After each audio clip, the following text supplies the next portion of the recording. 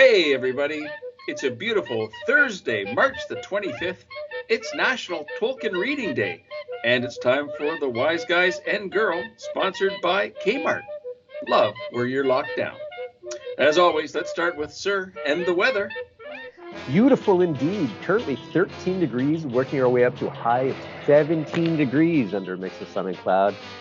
Enjoy it today because it will be just a tip cooler tomorrow and wetter, but beautiful Saturday will be in store after that. Right on. Well, starting at 13, going up to 17, there are 6 days before April. 13 plus 17 divided by 6 is 5. Top 5 list, sir. Take it away. Sorry, I'm just trying to figure out that on my abacus. Yes, let's shout out to the top 5 bits in the world.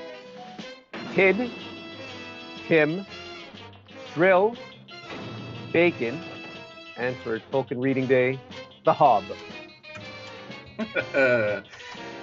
Thank you for not being naughty, sir. Well done. Well, Tolkien Reading Day is a favorite among fans of the renowned author.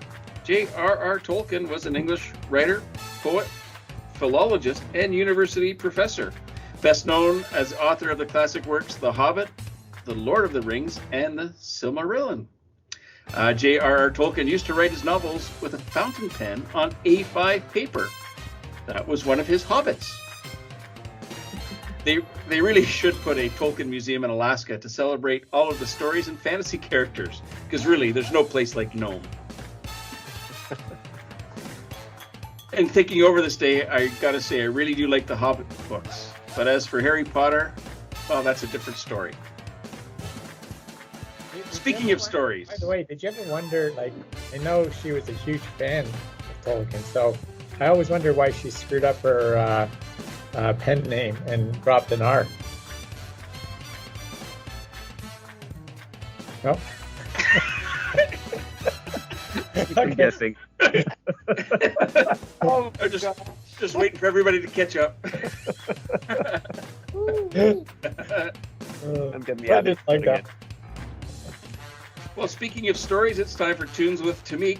What are we listening to today? I'm thinking The Romantics to highlight that time you told us that you kept saying lines from The Lord of the Rings at night and you were Tolkien in your sleep.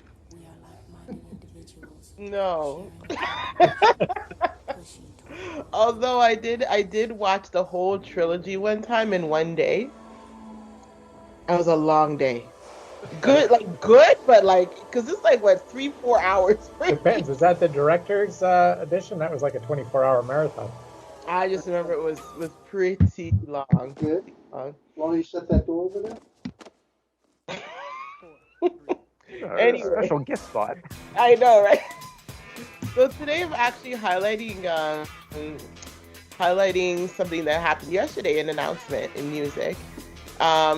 There's I guess a national recording registry in the US, and every year they induct different songs into that registry, songs that they think are really important to, I guess, the fabric of America and, different things that they want to communicate. And there's a few inducted yesterday, but I want to highlight the song Rhythm Nation by Janet Jackson. Janet Jackson, I would say that was it was the late 80s, right before the 90s started, when she created the album of the same name. And basically Rhythm Nation, and I love looking back at songs, because when you look at today and you look at songs that were created at a certain time, you see like a parallel. So she created that song, and that album is like a social justice message, basically saying, you know what, of all the things that divide us, there are certain things that can unite us. And that's literally where Rhythm Nation came from. We are a rhythm nation of people that love music, love each other, and sort of using that message. So it is still relevant, people. It is still 100% relevant in 2021. She won so many awards for that album, and she did a really amazing visual to that as well, which I would say between Janet and Michael and even Prince, they started that movement of like the long form music video and having music videos really become like short films for songs, which now has become much more popularized. But yeah, that song was pretty important at the time, still remains important and extremely relevant today. Really inspired a lot of people. Again, the song gets me right at the beginning. With music by our side to break the color lines, let's work together to improve our way of life. Join voices in protest to social injustice. A generation full of courage, come forth with me. So I remember I was, a young child back then. But honestly, Janet and that song made such an impact on me. And she was so young then to take a pretty bold stance. And I've always admired Janet because for Michael Jackson to be your brother, and for you to go in and become a solo artist, and then to be able to separate and have your own career and be an icon on your own and be a woman and be a Black woman, that is a testament to her skill, her talent, and just everything about her. So highlighting today, Janet Jackson, Rhythm Nation, a really amazing song, upbeat, makes you think, makes you smile, everything all together. So that's my pick for today. What an anthem, and should be at the forefront even today. Absolutely, yeah. 2021, people. We're talking about it. Is it? When did it change? Oh, golly. Didn't the time just... That's why I'm so tired. Oh, boy.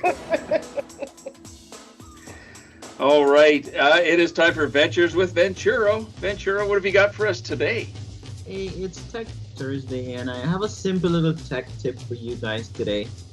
We've all had situations where we have some stubborn programs and they're difficult, and the computer is frozen and we can't do anything. How do we solve a situation like this? So today I'm going to cover how you can force quit your applications, right?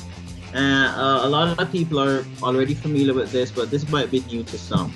So if you're using an Apple computer and you want to force quit, if you just click at the top where you have that Apple symbol, you will see force quit, and it will allow you to quit the application.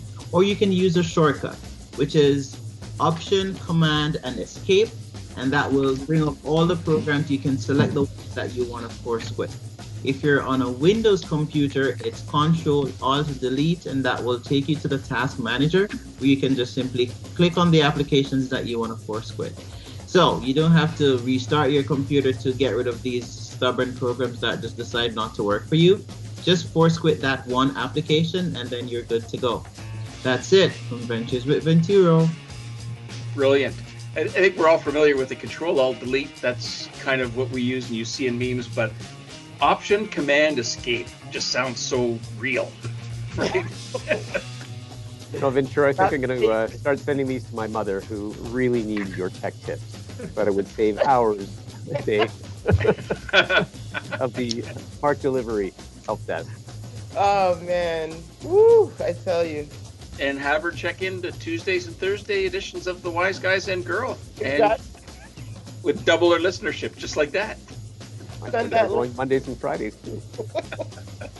Let's break her in gently. Break her in gently. We don't want to scare her away. Let's Exactly. get her in with the positive tips. Okay, it is Thursday. Time for Thursday's Thought. Well, I belong to a Lord of the Rings society, and yes, indeed, we do have a secret sign. It's a Tolkien gesture. Oh. Yes, if you're up for a good read for the group to join, that's for sure. Yeah. That, and if you like a lot of eating, because apparently they eat a lot during the book. Yeah, sorry about that. The writers were up late last night. Visiting Ventura, I think. On a much more serious and somber note, March 25th is the United Nations International Day of the Remembrance of Victims of Slavery in the Transatlantic Slave Trade. It's an opportunity for all of us to pause and think of the millions who suffered under slavery. Just imagine 400 years that women and children and families were impacted, torn from their homeland, taken afar and split apart. And, there's still residual impacts in the structures and lives of people today as a result of that terrible act of inhumanity. So it's a time for us to reflect and continue to address all forms of supremacy, especially, one group over another. And it's only through looking back and understanding history and through that education and through a lens of love and caring that hopefully someday we can all strive to have what we really would, I think, all benefit from, and that's a world of peace, dignity, and opportunity. Well said, Paul. Well said. Brilliant, brilliant. And a better today, and then a better tomorrow, and a better day after that, too. All that from the Wise Guys and Girl, leaving you smarter, happier, and more hopeful than you were yesterday.